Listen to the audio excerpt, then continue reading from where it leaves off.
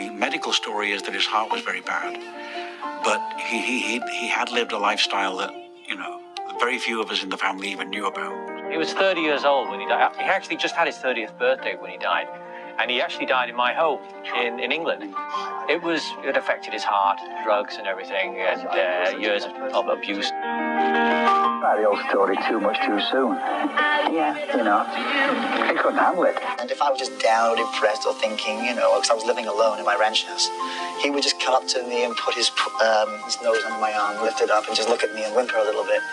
And then he would just lay by my feet. He always knew when I was depressed.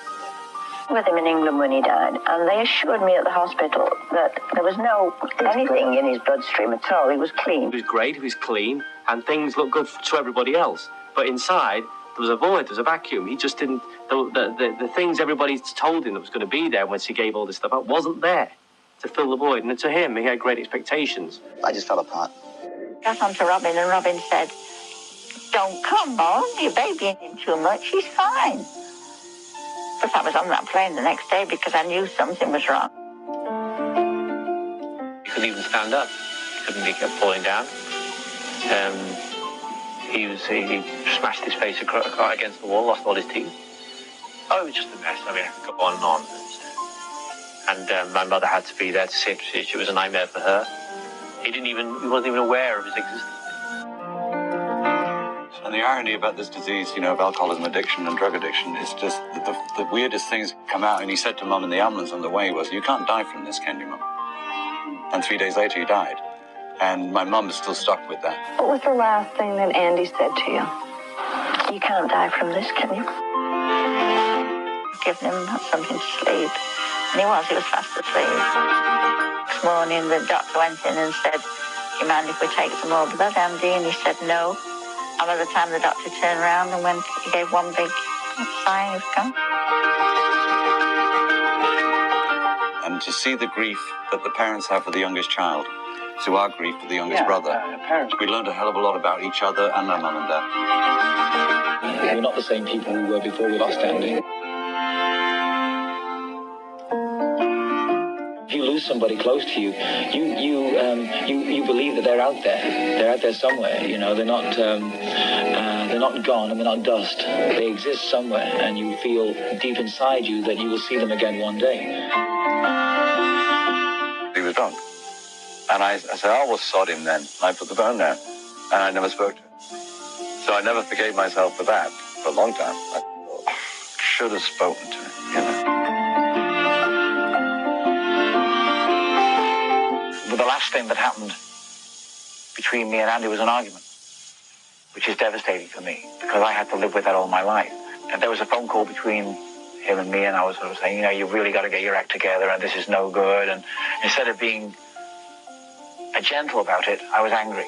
And because someone had said to me at some point, you know, tough love is the answer, you know.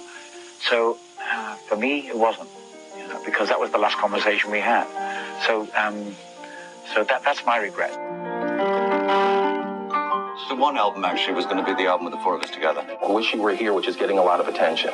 What's that song about? We were writing that song subconsciously, not knowing, but it was about 3/4 of the way through it, we realized that we were writing about Andy.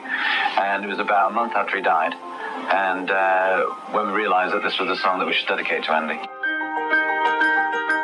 And a typical night with me and my brothers, or if I'm in Miami, because they live down there, I live in Los Angeles, would be just to stay in, pick up the guitars, cups of tea, television, stuff like that. But always there for each other.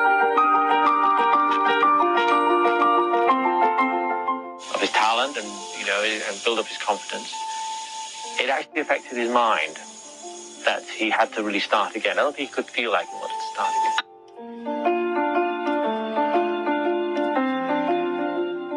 I always feel that he's with me when I'm on stage.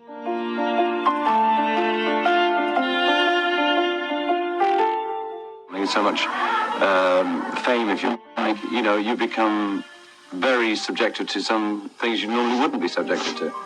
And if you survive all that, then it's great. In my heart, I really want happiness, serenity, peace of mind. And I want to keep growing, you know, keep growing, and I think more than anything else, I want to give a lot.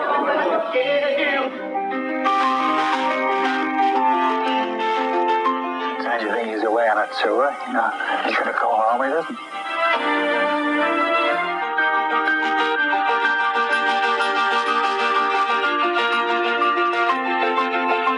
You will one day be 50. How will this image get older? What sort of an image do you hope to have at 50? Imagine me with long grey hair. I suppose I'd have to cut my hair as I get older. Why? Well, that wouldn't look very good, but at 50. Sure. John Derek, Bo Derek's husband, Yeah, doesn't right. has long hair. It looks great. You look great with Right. gray hair. You're right. I'll work on looking good for 50. I think you just have to take care of yourself and, do the right things, eat the right things. I hope to, look flash at 50.